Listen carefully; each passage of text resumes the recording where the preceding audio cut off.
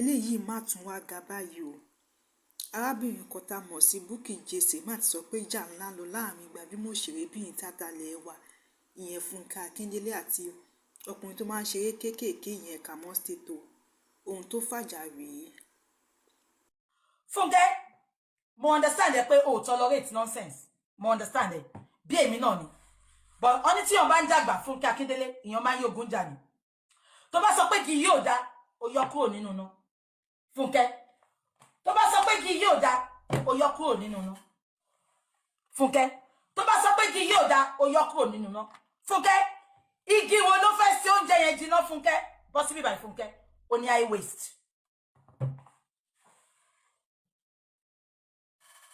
Ìgbà tí mo máa èmi tí mo Fúnkẹ́ ti pẹ́ because a máa ń wo Fúnkẹ́. But ìgbà tí social media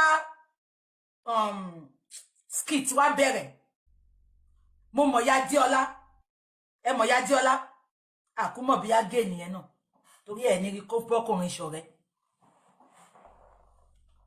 Ṣé gbogbo yín mọ̀ ya Díọ́lá?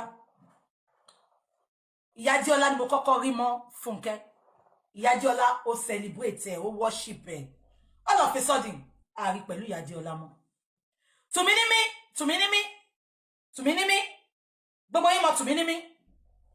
Tùmí ní mí ó wà pẹ̀lú Fúnkẹ́ for a long time. All of a sudden a rí tùmí ní mí mọ́. Ìgbà tó yá mo wá rí Fúnkẹ́ ó lọ kó gbogbo àwọn ọmọ Ìbàdàn tó wà lórí TikTok. Ṣẹ́rí ẹjẹ́ ìsọ̀wọ̀ àwọn ọmọ celebrity fún yín. Tó bá ti rí pé ayé ń wù ẹ́, ẹ̀yin tẹ́ wà lórí TikTok mo bá wí sìn.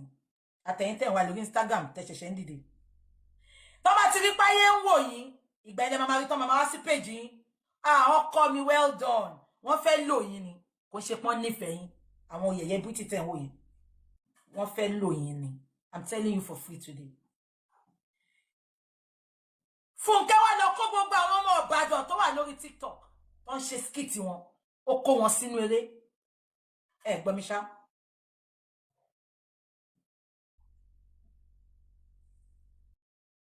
Now kí ni mo fẹ́ sọ? Ṣé use and dump la máa pe Fúnkẹ́ ni? Because tó bá ti lò wọ́n tán, all of a sudden ẹ kàn gbọ́ pé wọ́n jà. Àwọn èèyàn ń dárúkọ àwọn tó kù tó bá ṣe. Èmi unfortunately èmi ò kí ń wo gbogbo series Fúnkẹ́, fíìmù ẹnìkan ni máa ń wò. I don't watch a series, so mi mo gbogbo àwọn ọmọ yẹn. But mo mọ̀ Tìmí Níní. Mo mọ̀ Tìmí Níní, mo dẹ̀ mọ̀ Fọlágbadé ìgbà tó ń tẹ̀lé Ìyá Díọ́lá. Ṣó ti yé yín? Mo mọ̀ Tìmí Níní, mo dẹ̀ mọ̀ Fọlágbadé bank ìgbà tó ń tẹ̀lé. Mi ìmọ̀ àwọn tó kù, mo dẹ̀ mọ̀ gbà tí ó ń tẹ̀lé àwọn ọmọ táwọn ọmọ Ìbàdàn yẹn ń tẹ̀lé tó lọ kọ́ àwọn ọmọ Ìbàdàn yẹn.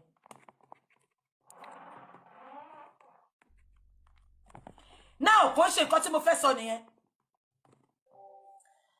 Ìgbà tí Tìmí nínú Fúnkẹ́ ò ní wèrè o. Ó burú lọ bèrè mi. Ó burú tó mi. Fúnkẹ́ ò burú tó mi. Tán bá ní kó pààyàn tí mo mọ bó ṣe ń pààyàn tí. But Fúnkẹ́, ẹ̀yin lẹ máa sáré lọ bá àwọn ọmọ yẹn.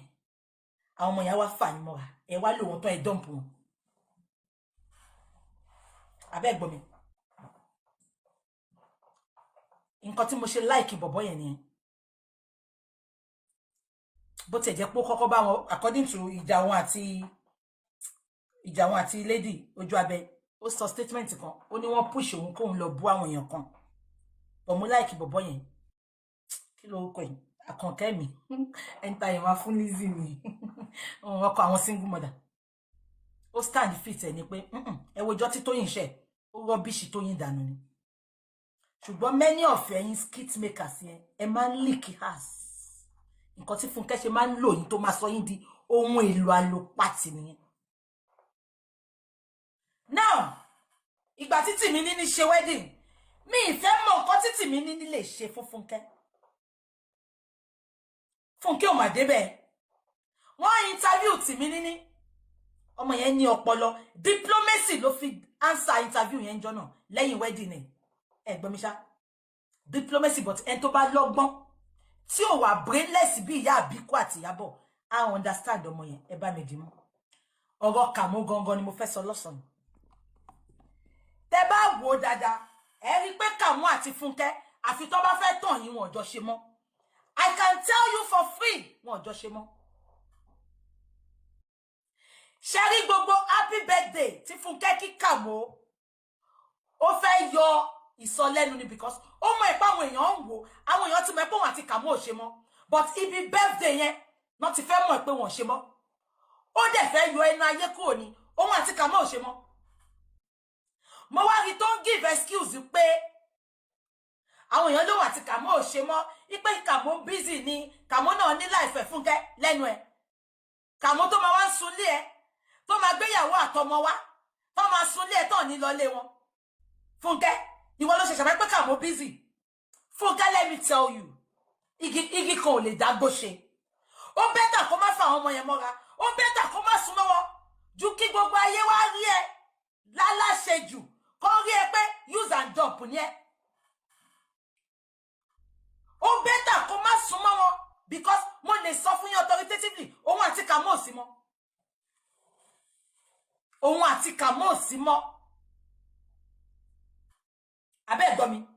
This is what I tell people. Ẹ̀yin lẹ ń kó gbogbo àwọn yẹ̀yẹ́ British jẹ. They are users. Ọ̀rọ̀ lẹ ti gbọ́ lẹ́nu Bukky Jesse lórí ìjà tó sọ pé ó ń lọ láàrin Fúnkẹ́ Akíndélé àti Kàmọ́ State. Kí lẹ̀yin rí sọ sí? Ẹ jẹ́ ká mọ̀ ní abala àríwí sí comment section. Ẹ jọ̀wọ́ ẹ like share fídíò wa. Ẹ ṣé gan-an ní àtìlẹ́yìn. A dúpẹ́ àmọ́ lórí.